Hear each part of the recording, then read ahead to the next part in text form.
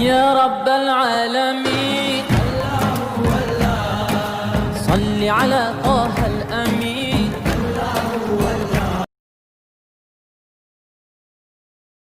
حضرت انس روایت کرتے ہیں کہ مدینے میں ایک خاتون تھی جس کا توازن عقلی کچھ ٹھیک نہیں تھا. لوگ اس کو دیکھ کے راستہ بدل لیا کرتے تھے.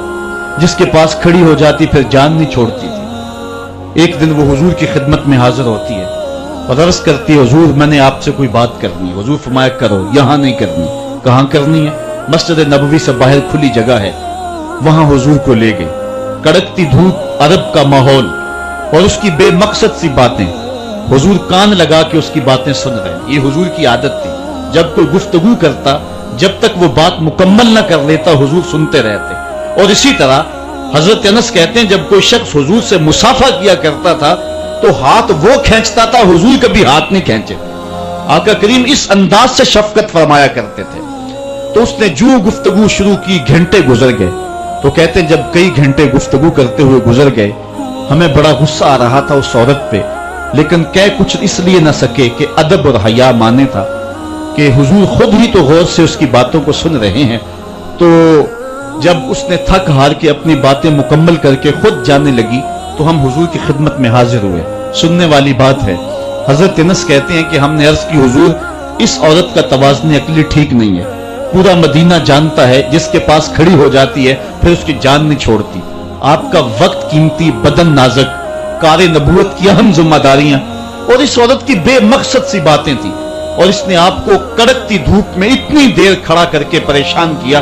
حضور آپ ایسی ویسی عورتوں کی باتیں کیوں سنتے ہیں؟ تو حضور نے ہمیں مخاطب کر کے فرمایا سنو، اگر اس بیچاری کی میں بھی نہ سنوں تو کون سنے گا؟ پورے مدینے میں کوئی اس کی سننے کے لیے تیار نہیں. اگر میں بھی نہیں سنوں گا تو کون سنے گا؟ ایک تو ہی ہوتے ہیں میری آساں دا سہارا، دس کنوں کراں جے تینوں نہ کراں یاد. ایک دن حضور علیہ السلام کے پاس 10 درہم تھے. اس کو طبرانی نے ابن عمر سے روایت کیا ہے. حضور ایک دکان پہ گئے اور وہاں 4 دراہم کے اندر حضور نے ایک قمیض خریدی. حضور نے زیب تن کی اور تشریف لائے. ایک انصاری صحابی کو قمیض پسند آ گئی. اس نے حضور کو کہا اللہ آپ کو جنت کا لباس پہنائے، یہ قمیض مجھے دے دے. حضور نے اتار کے قمیض اس کو مرحمت فرما دی.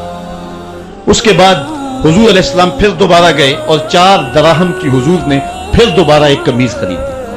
پھر حضور تشریف لائے تو ایک لونڈی تھی وہ رو رہی تھی. تو آقا کریم علیہ السلام اس کو فرمایا کہ تو کیوں رو رہی ہے؟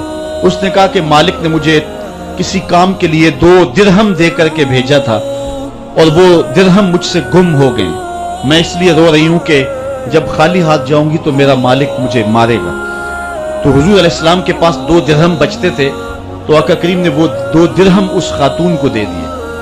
تھوڑی دیر کے بعد حضور نے دیکھا تو وہ پھر رو رہی تھی. تو حضور نے فرمایا کہ تو اب کیوں رو رہی ہے؟ اس نے کہا کہ دیر کی وجہ سے میرا آقا مجھ کو سختی کرے گا کہ اتنی دیر سے کیوں پہنچی ہو، تو میں اس لیے گھر جاتے ہوئے ڈرتی ہوں. تو حضور نے فرمایا چلو میں تمہیں تمہارے گھر چھوڑ کے آتا ہوں. آقا کریم علیہ الصلوۃ والسلام اس قمیض کے ساتھ اس کے آقا کے دروازے پر پہنچے اور آقا کریم کی عادت یہ تھی جب کسی کے دروازے پر جاتے تو 3 مرتبہ بلند آواز سے السلام علیکم بھی کہتے اور دستک بھی دیتے. تو حضور نے کہا السلام علیکم. اندر سے کوئی جواب نہ آیا.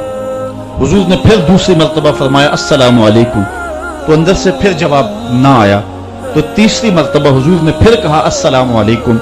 تو اندر سے وعلیکم السلام کا جواب آیا. انہوں نے فوراً دروازہ کھول دیا اور کہا کہ ہمارے مقدر کہ آپ ہمارے گھر تشریف لائے.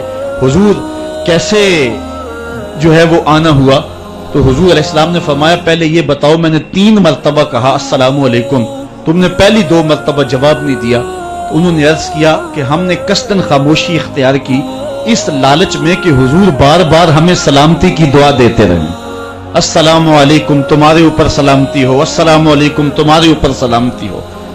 اور حضور نے فرمایا کہ اس لونڈی کی دیر کی وجہ سے میں اس کے ساتھ تمہارے تک اس کو پہنچانے آیا ہوں. تو انہوں نے حضور کے ان غلاموں نے کہا ہیا حرۃ لوجہ اللہ، حضور آپ اس کے ساتھ آئے ہیں، اللہ کی رضا کے لیے ہم لونڈی کو آزاد کرتے ہیں.